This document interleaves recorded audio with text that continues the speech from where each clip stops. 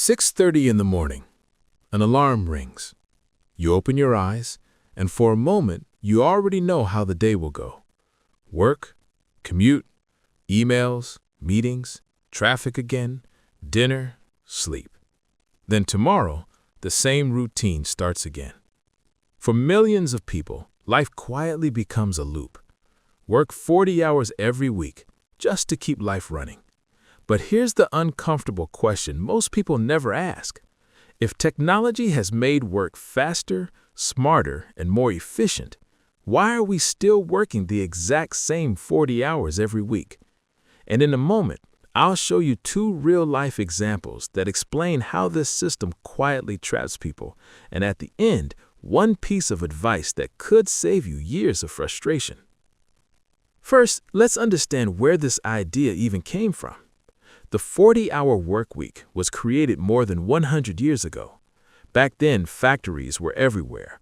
Workers stood beside loud machines for 12 to 16 hours a day. It was exhausting and dangerous. So workers demanded a simple rule: 8 hours for work, 8 hours for rest, 8 hours for life. That became the 40-hour workweek. At the time, it was a huge improvement. But here's the strange thing. The world completely changed after that. Computers arrived, automation arrived, the internet arrived.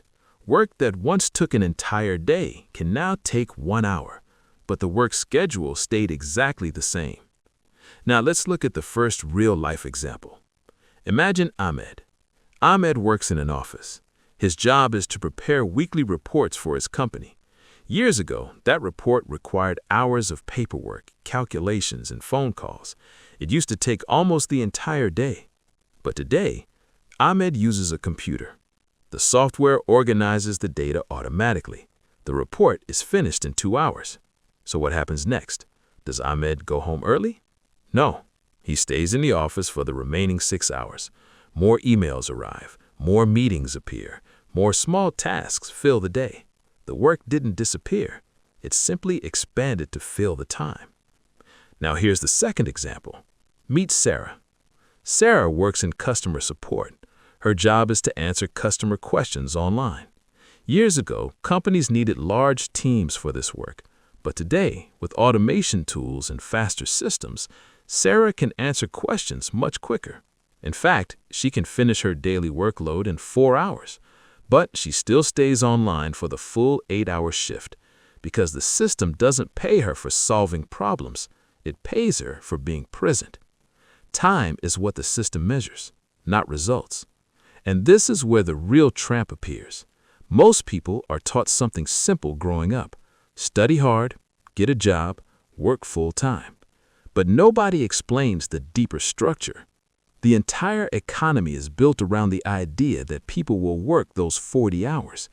Rent prices expected, bills expected, even lifestyle expectations assuming. So stepping away from that structure becomes difficult. Not impossible, but difficult. Now here's the interesting part. Technology is quietly changing the rules again. Today, a single person with a laptop can create things that once required entire companies. Someone can start a small online business. Someone can build a YouTube channel. Someone can create digital products or services. At first, these things are small, but over time, they create something different: options. Because the real problem with the 40-hour work trap isn't working. Humans naturally like to build and create things. The real trap is having only one source of income that depends completely on your time. So, tomorrow morning, when that alarm rings again and millions of people begin the same routine, think about this. If technology has made humans more productive than ever before, why is the system still measuring life in hours instead of value? And more importantly, what would happen if more people started building systems that earned money even when the clock stopped ticking?